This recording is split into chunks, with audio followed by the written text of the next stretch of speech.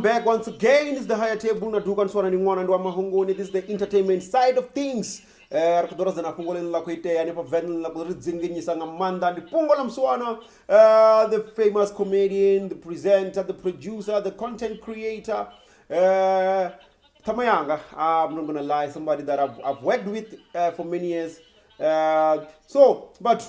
unapungo ele watu warikudhiambiwa ngatisukavedza kwambofeye muona mwakadhomona ngazvawe vatu imela nyange kule nisizana mapungo avewe ndichi mapungo apawe nicho ditazi delegate zisuzwa pamwe ngorenda vachipiyerera vachisota mapungo apo ndosala ngangomo vamwe vachikudhiambo renda zvidakarufuno ningasizvikontrole vamwe vari hai miya mope vakotodzura ngandara vamwe vamiya mope nduri nduri vamwe vachikoloni enda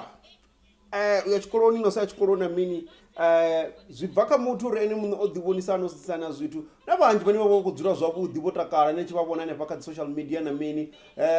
nodhimunona Sophie ndava naye uri odhivana mapungo vatu vachivona perfect relationship, perfect marriage mara osvika adhivana mapungo azidivorce namini so azviyambo yachikoroni uri mudhini avine matada ndi nature zviite anga natural ezvo zvitu so shamna ndinzwa vatu miya mape vachikwambori vone avangodzura ngandara vakudzura nganthonori vafuna munna wavo so vatu avali chiwambori vakudzudzwa ngandara ngori navone vana dzibusiness dzavo vana mabhindu avo ane avori she's running vana vashumi kutitovori ava mutu wozvitongisa kha social media so I'm gonna play you that clip vachikonosumbedzisa uri henda bone avangodzura ngandara pedzi votodzura ngauri vafuna munna wavo ende vakufuna urugisa mapungo uri zvitu zviye phanḓa zvitu zvichimbire zvitu zvidzudzanyeye vakomfesesa musi let me play this clip amara here wone vanga commenta vanga like vanga share vari vudza uri vone valivonani lipungo from miya muope vachikubudza vatu vakutsivudza vatu patu nne ndodzura nga hezwi ndichanunjaja mumwe na mumwe khavonenga zvawe ndaya ndona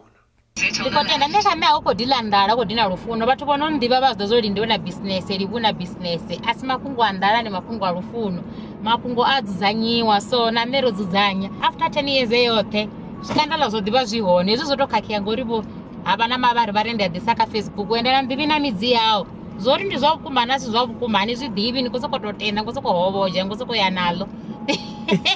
rina rikodhilanga ndala rikodhilanga rufunga kodhilana na rufuno navatu vazozotina ndala ndinayo business ndina vashumi ezvi ndiyapa mara chizvo ndingasito ndikozvitana paka Facebook ngo ndikoshavori ningadousinga ndousinga apa kodhilana na rufuno